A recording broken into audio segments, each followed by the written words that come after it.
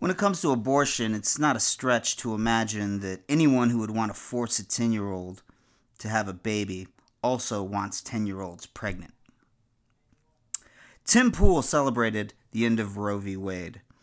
He defended the law in Ohio which attempted to force a 10-year-old to have a baby.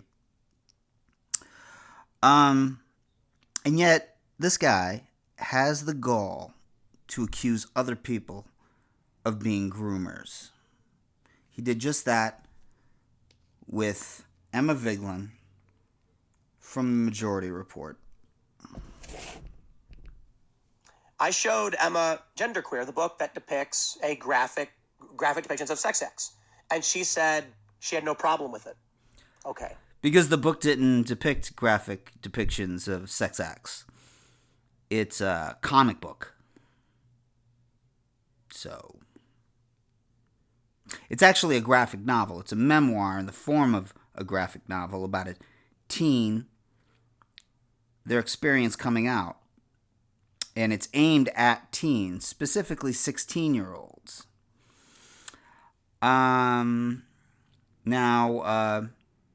It seems to be a pretty popular book. It won an award from the National Library Association. Although, to be fair to Tim, that award was for Best Girl-on-Girl Scene. So, then I only assume the Occam's razor. Emma wants children to be in positions to have sex with adults. Lie. I don't know what you would call that, because I try to be fair and honest and really understand. And so many of Lie. us want to take the position that she doesn't really want to hook up with kids.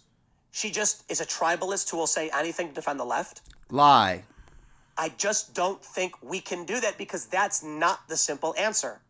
If an adult woman, Emma Vigeland, advocates for teaching kids to use Grindr and showing them porn, I can't make any other assumption. Lie. Other than she wants to engage in sexual activity with children. Lie. What would you ask of me? Well, for one thing, you could look up Occam's razor.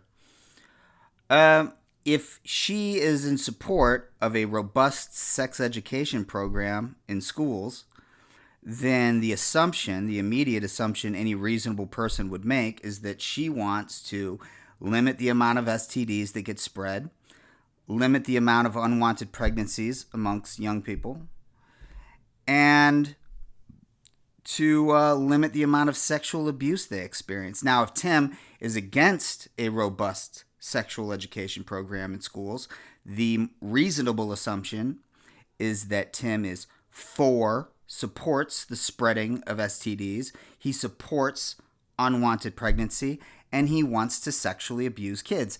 And that is not much of a stretch, because when it came to that 10-year-old in Ohio, Tim said that they needed to perform a kit in order to prove that the sex was not consensual, which implies that Tim believes that there are occasions in which 10-year-olds can consent.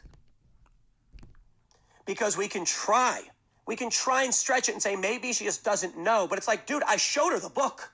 I opened it up and showed her, because I don't care about that. No, you showed her a panel from a comic.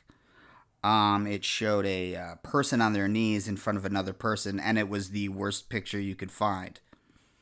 You could have showed it to TOS, but then your audience would have saw how tame it was, and that it wasn't actually, by definition, pornography, because you can't masturbate to it, correct? I mean, perhaps some people could. Some people can masturbate to pumpkins, but that doesn't make pumpkins pornography. It was one picture in a memoir, and it was the tamest thing I've ever seen. I saw way worse stuff by the age of 16. Way worse stuff. I saw my first pornographic film when I was about 11 or 12, and we didn't have sex education in my school. And the first time I saw a money shot, I thought it was a special effect. I sat there watching the film. I saw the guy blow his load, and I went, balderdash. That's how I talked when I was 12. Horse pucky. Dicks don't hawk loogies on people's faces like that. This is movie magic. No, that's what happens when you don't have sex education. And she said it was a good thing. There's no benefit of the doubt. She literally wants. I want you to understand what this is. This is Emma Vigeland saying Vigeland. she wants to take pornographic materials and instruction on kink and adult sex apps and bring them to kids and teach them about it. Lie. That is grooming, period, end of story. So also, you stole period, end of story from Sam Cedar. That's his catchphrase, so now we know you watched the show. Like, yo, they're groomers. We're not, like, Emma is a straight woman as far as I understand. I'm not talking about the LGBTQ community. I'm talking about these people who defend outright and explicitly giving children instruction on how to hook up with adults, how to engage in adult activity. Like, that's a crime. Then call the police. So, I'll tell you. When they're marching down the street, chanting, "We're coming for your children." They're joking, but Tim can't process irony. People like Emma come on this show because he's a dork and say they advocate for this. I'm like, it's kind of obvious, right? No. They mean it. They mean it. I wonder what the response will be. Maybe we should have old Sam Cedar on the Culture War podcast. It'll never happen. You're a coward. Podcast to talk about it. Here's the issue. This is why, so we did the show on Friday. We talked about it on IRL. When I see this video going around where she lies about the skate park, I'm just like... So, let me get this straight. Tim has a playground on his compound, not unlike Michael Jackson. It's the weirdest thing in the world to lie about. The weirdest thing. If y'all watch any of the Castle stuff, you know that literally right in front of the house, like right when you walk out the door, the whole thing's a skate park. You know what I think is the lie? The actual skate park. That's the actual lie here. Tim is not a real skater. All right? Skateboarding, and I don't care how many tricks he can learn. I don't care how many pop, shove it, 360 nose slide grinds he can do. Because skateboarding is not about your technical proficiency when it comes to tricks. It is not a science. It is an art. It is about self-expression. It is about style. All right? Now, a lot of people get confused these days because skateboarding society is more socially accepting of skateboarding. Now it's in the Olympics, and they score based on technical proficiency of tricks. But that's because they're the Olympics, and they view it as a form of athleticism similar to gymnastics. But the truth is, it's closer to dance than anything else. I mean, there was a time in this country where skateboarding was a crime.